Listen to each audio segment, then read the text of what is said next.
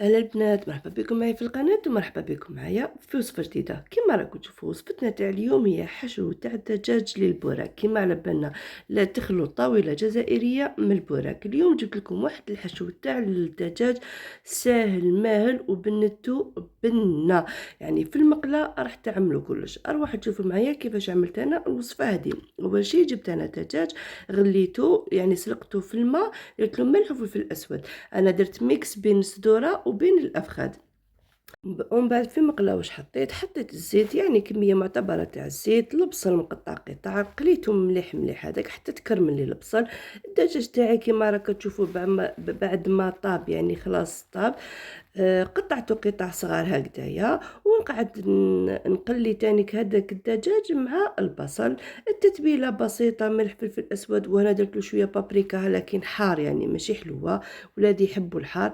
على فكره هاد البوراك هذا كانت تعملوا بنتي ماشي نايا، قالت لي ماما اليوم انا نعمل البوراك. واش هي انا واش نديروا البوراك تاعي؟ حطيته كريمه الطبخ، جبن مبشور، جبن كريمي، ونخلط. شوفوا ما شاء الله نخلط كلش حتى يندمجوا المقادير كامل كما راهو باين. بعد ما ندمجوا لي كامل، اللمسه الاخيره اللي ضفتها هي المعدنوس اللي هو البقدونس.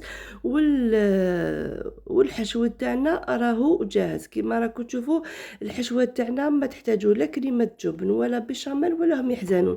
في المقله وانت عملتي كلش، يعني كما على بالنا احنا في رمضان ما نحبوش نوسخوا بزاف، خصوصا النساء العاملات كما حالتي، نحب كلش في كما نقولوا في طنجره ولا في مقله.